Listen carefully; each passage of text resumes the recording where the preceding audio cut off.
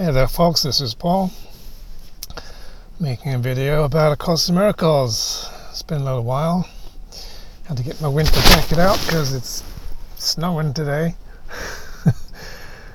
We haven't even had Halloween yet. So, the unhealed healer, trying to fix other people, trying to get other people to be healed.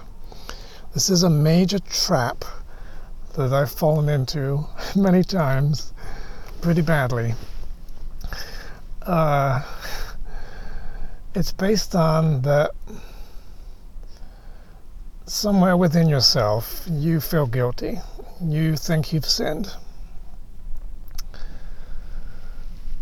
So, because you think that you're guilty, whether it's that you sinned against God, or you think that you caused somebody to suffer, or you did something wrong, you now have this guilt, and you try to get rid of it. Well, you want to heal it, but you use the ego to heal it. So the ego has its own version of forgiveness,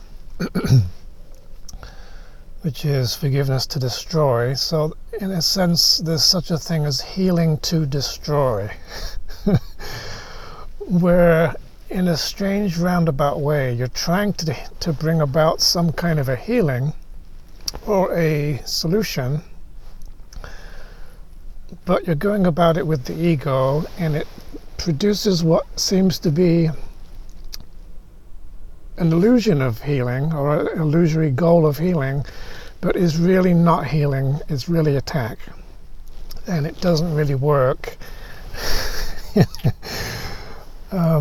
So what happens is you get this guilt in your mind, and now you believe that you're responsible for causing this guilt. You think you sinned. So it's like, okay, I did the sin, I'm responsible, I caused it. So now you're the sinner, and because you sinned, you're guilty. And you now see yourself as lacking and in need and unworthy.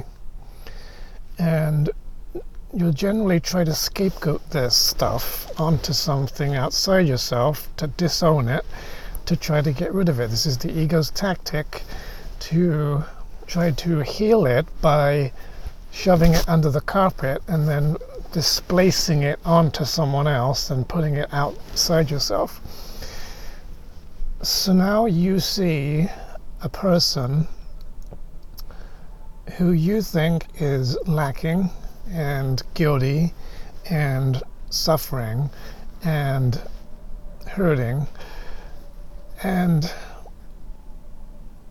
you now go into what appears to be a desire to help them to feel better. It's weird because it's very, very similar to when you scapegoat somebody. Somebody's being a monster, they're attacking you, they're saying bad things, whatever they're doing, you now think you're justified in anger. So now you go start blaming and you start judging and scapegoating them. And you tend to lean now towards the negative side, where you now are like pointing a finger and saying you're wrong, you're the one that's guilty, blah, blah, blah. And it seems like more of an attack, that you're more obviously attacking the person, and you're not really trying to heal them, you're not trying to help them, you want them to suffer. But there's a flip side, and this flip side is in a way much more deceptive.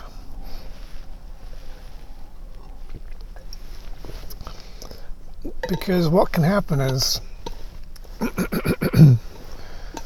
if you find a target for your scapegoating projections of your guilt, someone who is suffering, somebody who is sick, somebody who's unhappy, someone who has problems, somebody that you think is not living a proper life somehow,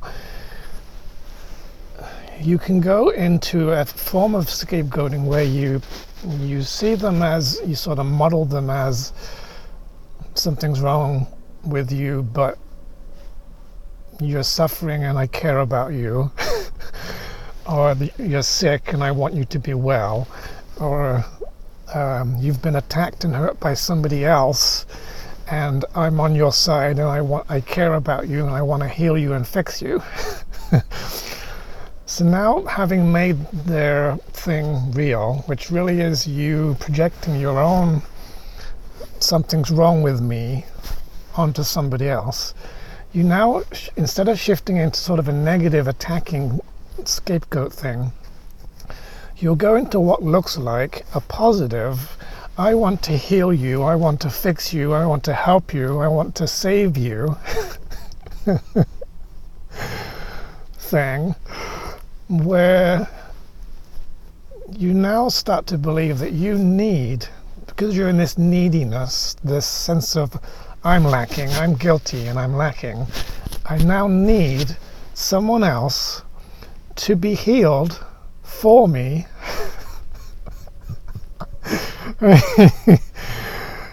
so that I can be healed. So now instead of it being like, I want you to change and stop doing this, it's like, I want you to change and start doing this. I want you to change into a favorable configuration. I want you to get healed. I want you to be happy. I just want you to be enjoying life again. Those kind of sentiments, like I care about the person and I don't want them suffering. I don't want to see them sick. I don't want them to die. And then you start getting all this need-based urge, this compulsion that I'm in a state of need, and therefore I need something. I need this neediness to get healed. I'm projecting my neediness onto this person. I need them to be healed and to be happier and to be free from their suffering so that I can be set free from my guilt. Because what your guilt tells you is that I am responsible for causing the suffering. I did something, I sinned, it's my fault, and I'm the guilty one, that I did something to cause there to be lack and neediness and unworthiness and so on. And if I'm projecting it, I'm going to start believing that it's my fault that this person's suffering. I'm seeing my causality, I chose to make suffering happen in myself, is projected onto them, and now I think I caused them to be suffering, and I made them sick, I made them unhappy. Which induces guilt, and then out of that guilt, you now want supposedly to atone for it by trying to get this person to recover, trying to suggest what they need to do, trying to help them, trying to fix them, trying to solve all their problems, trying to coerce them and convince them and persuade them and manipulate them and coerce them and force them into adopting your plan for salvation,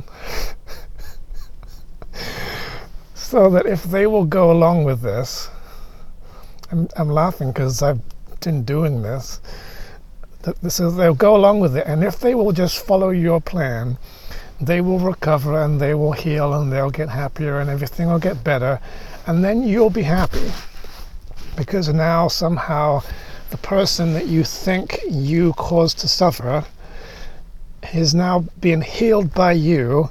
So now you've kind of redeemed yourself, and now you've made up for it, and now this implies that you're no longer guilty. But it doesn't work, because it's not really addressing the real problem. The other person isn't really the problem.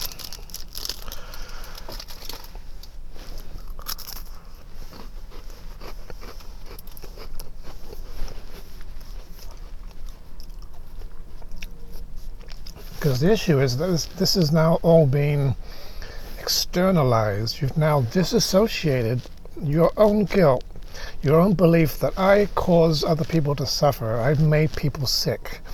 You've taken this and put it out onto other people. It's my responsibility. I'm responsible for them. I must have done something wrong because they're not happy. All those kind of beliefs. So now you think that the solution is that if they will get recovered, you will be exonerated and let off the hook. That, oh, there's no harm done because they've healed and they've recovered, and now there's no reason to be upset because everything's better. But this is all because it's all displaced and externalized and separated off from you in a closed external box. If they recover, it still doesn't undo the box. It still doesn't fix the guilt in your mind, because even if that person gets completely healed and they totally recover, you still are going to be left with your guilt, because it wasn't really about them, it was about you. It might even be about God. It could be based on, I believe I sinned against God, I separated, and therefore I have caused God to suffer, and now I have guilt. And that's based, all this other guilt is based on that. So even if I succeed in saving a person and being a hero, it's not necessarily going to alleviate deep down the deeper belief that I'm still guilty, because I still believe I attack God and I still think I'm a sinner. I was just using this person as a scapegoat, as a kind of a character to try to resolve my guilt outside myself, to put it onto somebody else and now say, if I can fix you, I'm going to be healed. If I can resolve all your problems, I won't have any basis for being upset. And it divulges into, I'm upset because that person is suffering. Their suffering is causing me to be unhappy. I wish that they weren't suffering. Ties you into it, and now you care about somebody, and you feel that you don't want this person to be unhappy and suffering, so you want them to not suffer. And that means if they do suffer, you're not getting what you want, your needs are still not being met, and now you're going to be unhappy and you're going to stay in your guilt and still keep suffering. So it's kind of now like both of you are suffering together. You need them to step up and stop suffering so that you can stop suffering.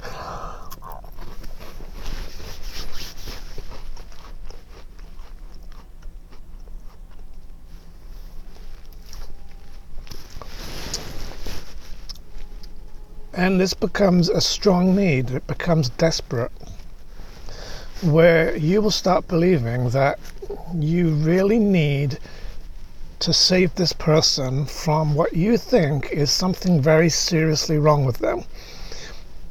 And the more that you believe this, the more you're actually displacing your own stuff onto them and becoming unconscious that it's about you. You're going into more denial, and then you start believing even more that this person's situation is really, really bad, and they really, really need saving, and they really need to stop suffering. And you get this codependency where you're now becoming really dependent on the need to have this person be saved. And the more that you need them to be saved, the more needy you become. And the more needy you become, the worse it gets.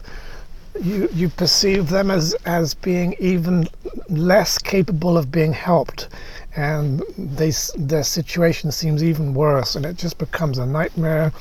It stresses you out, you become upset, you can't keep your peace, you can't detach, you can't let go, and now you're suffering even worse. The more you try to stop them suffering, the more you suffer.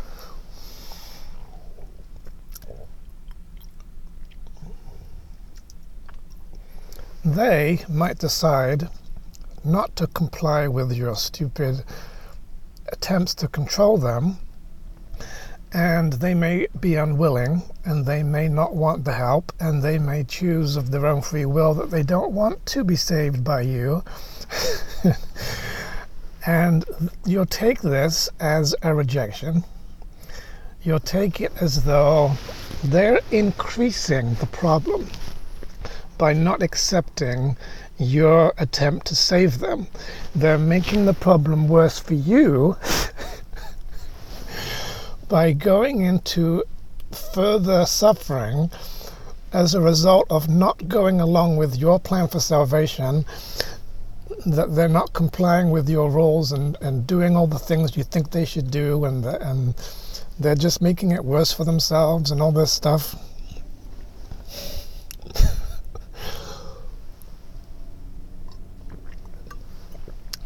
And so as they put up a block to your attempt, your need to force them to comply with your need, your tyranny, where you become very controlling and very forceful, and you start becoming angry because you have this is about you having a need. So you still have this gaping lack. You're trying to use their suffering situation as a way to resolve your lack by trying to get them to suffer less so that you supposedly will suffer less. And so as they don't comply,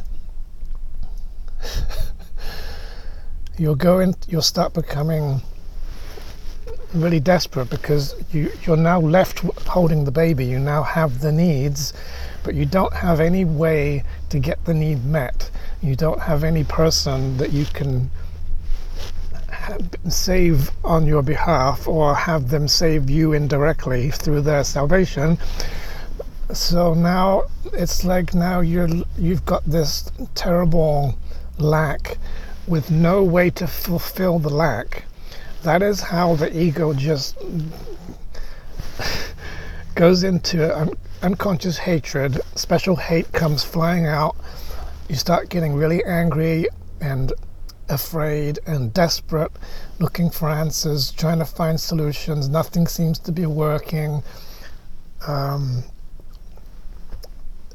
It all intensifies. You become more emotionally upset, and everything just goes wrong. And it starts looking as though there's absolutely no way to fix this. That there's no way out, there's no solution, you don't know what the problem is. You've tried everything. It's just exhausting and horrible to get to that point where you think that if I don't get this person to heal, if I don't make them recover, they're going to die. And that becomes like your worst nightmare. It seems as though the person is, if you don't save them, they're going to be dead. And I shouldn't laugh, but it's funny, because I've got to that point at times.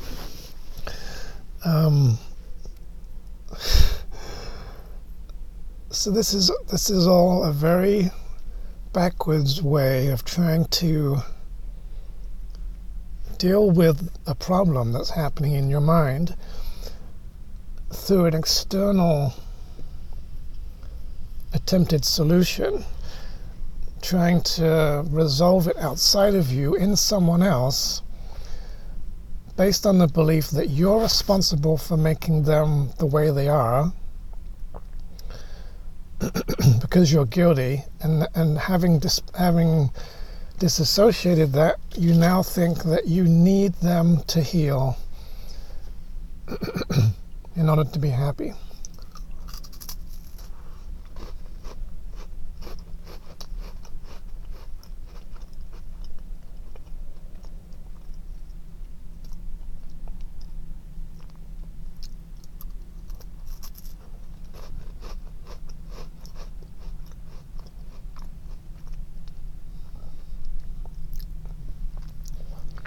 But even if you could get them to heal, this is not the problem. This is all an ego way to try to deal with a problem that you haven't even looked at yet, where it goes from I'm guilty, what am I going to do about my guilt? It, instead of actually undoing the guilt, it goes the other way and it just hides the guilt and denies it. And now you get into this whole projecting, seeing, having this need for healing, but not seeing that the need for healing is in you. It's that the need for healing now seems to be in somebody else, and you've got to get them to heal so that you can be happy and at peace. And then they won't, and then they don't, and then it doesn't work, and then you get more and more upset because underneath it you actually have your own personal issue, your own need for healing that hasn't been acknowledged.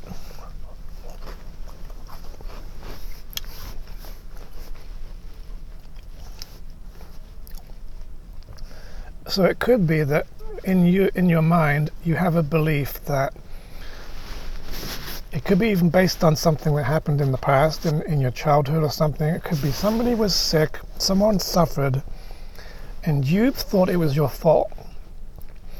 You couldn't save somebody. Something happened and you didn't have power. You couldn't control it. You couldn't stop it. Something traumatic even. Somebody was being abused and you couldn't help them, whatever. Somebody was unhappy and they blamed it on you and you took it personally. All those same kind of dynamics of I'm responsible for somebody else's happiness. I'm responsible for someone else's physical, mental, emotional, spiritual well-being. If they're not happy, if they're not well, if they're not healthy, somehow it's because I caused them to be this way. Or the ego implies, if I didn't save them, if I didn't fix them, if I didn't cure them, it must mean or imply I wanted them to be this way. If I didn't take it away, if I didn't take away their suffering, that must mean I want to keep it. And the ego literally believes this. You actually can get a feeling of guilt develop based just purely on the idea that you couldn't or didn't solve the problem. And this is where survivor's guilt comes from, I think, that there's nothing that you could have done to stop something from happening, but then you start feeling guilty because you didn't do anything. Because the ego believes it's either you can't be neutral in the ego. It's like either you deliberately wanted them to die, or you saved them. And if you didn't save them, you wanted them to die. That's how it thinks. So then you get survivor's guilt. So you develop all these beliefs about how it's your fault that other people are this way. That I must have caused this person to be sick. I must have caused this person to suffer. Whatever they're going through, however they're unhappy, whatever's not working, it's my fault. And this is all based on the general belief in the mind that you are a sinner and you have sinned and you are guilty.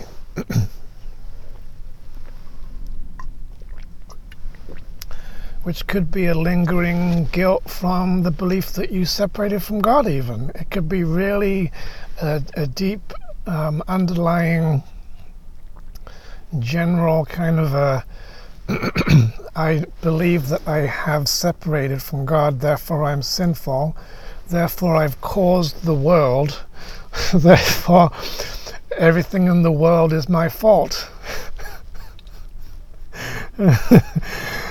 And so now the world of bodies is the world of sin, so now you think that because there's a world, you must be a sinner. Like if you believe the world exists, you believe in sin.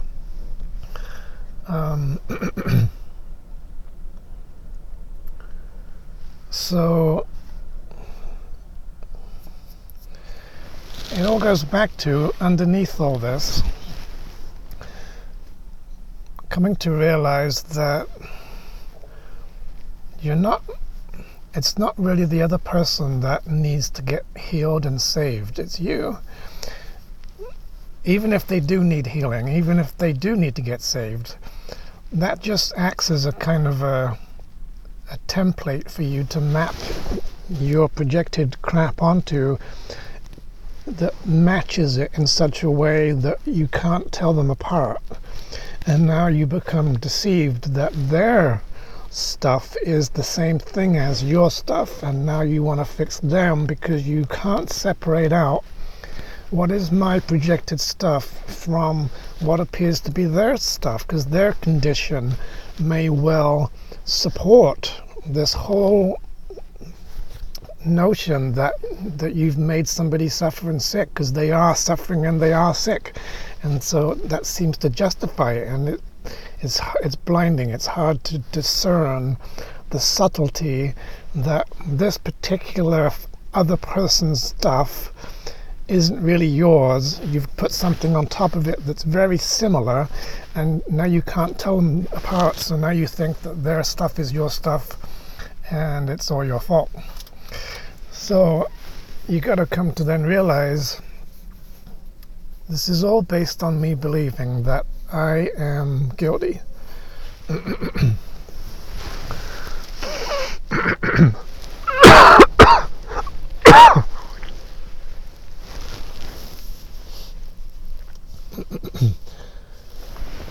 That somewhere in me I believe that I've sinned and now I'm guilty, and then I try to solve it through another person.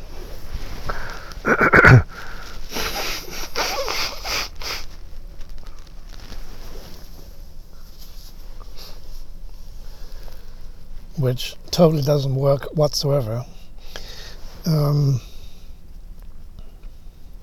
So this is now where you've taken back this whole thing off of somebody else, and now you need to heal it in yourself.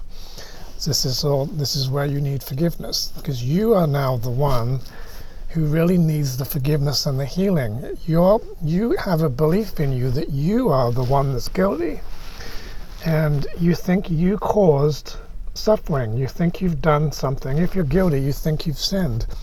The only reason you can have guilt is if you think you sinned. So you believe that you have attacked something, and now you're guilty, and now you're trying to escape from it by having somebody else be alleviated from their suffering so that you can be let off the hook to make up for it. So you need the healing. You need to remember why you are not guilty.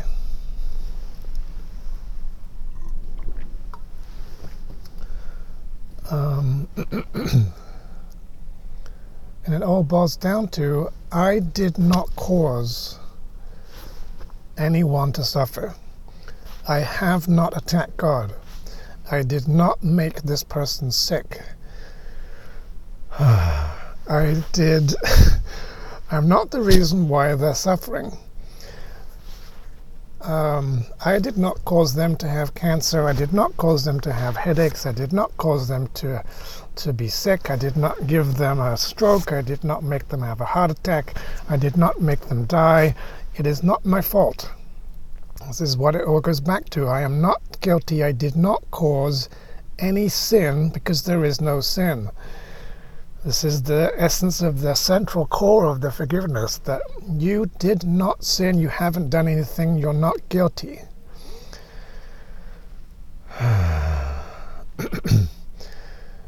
Without the guilt and that sense of sin, you don't have a sense that you are in need of love, that you're in need of atonement, that you're in need of healing. And so then you're not needy. And now, because you're not needy, you don't need this other person to be in any particular condition, to be healed or not healed, in order for you to be happy and at peace and loved and so on. So it kind of cuts off the whole stupid, delusional, positive scapegoat where you think all you're trying to do is make this person's life better. You're only trying to make them happier. You only want them to be healed. It's an illusion of healing. It's the ego's desire to heal, where the ego wants to bring about somebody else's healing so that you will be healed. And you think that that's all you want. This is your heartfelt desire. You just want them to be happy. But this is not the whole story. There's something else behind it. You need them to be happy. It's not just a want, it's a need. And the need is because you are in need. And that means you need healing. You are the one that's suffering. You're the one whose mind is believing in guilt. And you are believing that you have caused suffering through believing that you sinned, and therefore that you are guilty. And now that you have a need and you got to find a scapegoat to heal and help and fix and save so that you can be let off the hook and be restored to the face of innocence and regain your sense of innocence again. That if you can atone by saving the person from death, then you're going to be set free. That's the ego's agenda that won't work, because you're still going to be left with your internal guilt that has been denied by this entire solution, and you still haven't then worked on, why did I even believe that I even needed to do this in the first place? Why did I even believe that I even was sinful? Why did I even think I was guilty? This is what I must really be mistaken about. The other person does not need me to save them and fix them. They don't even want my help. They don't even like it when I try to help. I just become this freaking control freak trying to save somebody.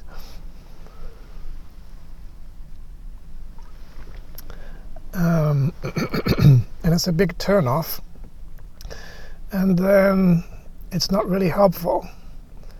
And that help is not really help. It's actually a form of attack, because it's so filled with control and forcing and manipulation and guilting and why aren't you doing this and why didn't you do that, and how come you're not choosing a better choice, and why are you being so stupid? And it's like this sort of a combination of, I'm trying to get you to be better because you're not good enough. I'm trying to get you to be healed because you're so diseased.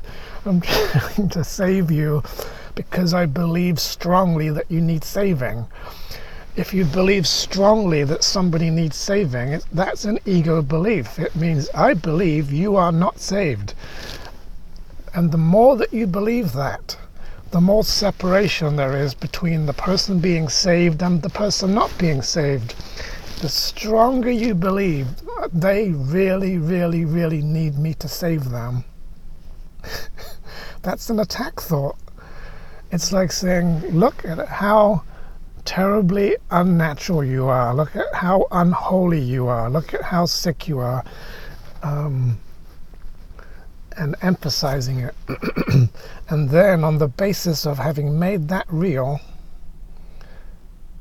reacting in horror, having terrible nightmarish experiences about how dire the circumstances are and how this person seriously needs help, otherwise they're going to be dead. The ego can really spin it quite far.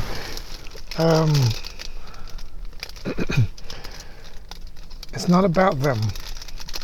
It's about you and your guilt and your mistaken belief that you're responsible for healing them, responsible for saving them, because you are responsible for making them suffer in the first place. Because you think you've sinned, you think you're a sinner, and you think you're the guilty one. So the only way to really solve it then is to come to remember and realize, I did not sin. I am not guilty. I am not the cause of this person's suffering. I have not made them sick. I'm not the reason they're unhappy. I haven't made them upset. If they're not having a wonderful life of health and happiness, it's not my fault. Even if they blame me for it, it is not my fault.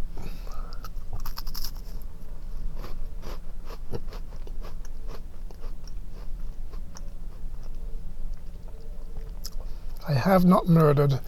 I am not sinful. I have not attacked. I am forgiven. I am still holy. I am still innocent. I didn't really do anything to them. Therefore, I have not sinned. Nothing that they're experiencing is because of me. I did not put any of their suffering in place. I did not make them. I did not create them. I'm not their father. I'm not above them. I'm not having tyrannical rulership over them. I don't have power over them because I am their equal, not their superior, trying to coerce them into obedience in order to get my way. See, what I found happens is when you try doing that, you'll feel terribly unhappy when they're not complying and it's not working. If they seem to comply and it seems to work, you'll suddenly feel artificially, unnaturally very pleased with yourself, as if you managed to succeed, like yes, I did it. I managed to coerce them. I managed to control them and force them to do my bidding, and now they're coming around and it's all working out. My plan is working. It's an insane ego happiness. There isn't true happiness.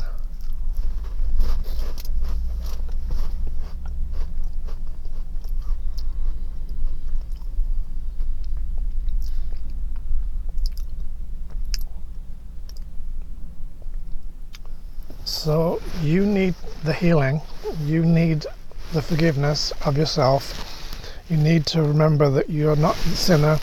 You're not guilty. You did not cause anyone to suffer ever. You have never attacked anyone. You have never ever sinned. You did not ever hurt anything or anybody. Nothing real can be threatened. You have never harmed anything real ever in your existence. Anything that you ever did that seemed like harm was an illusion of harm within a dream, where there can only be illusions of harm because there's no harm in God. Nothing real has ever been hurt. Nothing can be attacked. It's not possible to sin. Therefore, you haven't done it. Therefore, you must still be innocent. And therefore, you are free. This is how you regain your freedom. This is atonement. This is accepting the truth that you didn't do anything, so you're free from the terrible burden of believing that these people were suffering because of you, and it was your responsibility to fix them and heal them and save them. You're free from that burden of believing that it's your responsibility to resolve the crime that you committed because you didn't do it in the first place. And then, when you've lifted this off of yourself, now you're in a position to actually help in a loving, light-filled way that isn't manipulative and coercive. Now you can be truly helpful. Now you can be the light of the world. Now you can be a miracle worker, because now you have now received miracles. Now you can give it. Now you've received forgiveness, you can give it. And now you can stop projecting your crap onto other people and heal them. You can now shine. Your healed self can now apply itself to others to heal them and help them and resurrect them. And now you may actually be able to perform a miracle. You may actually now be able to save them.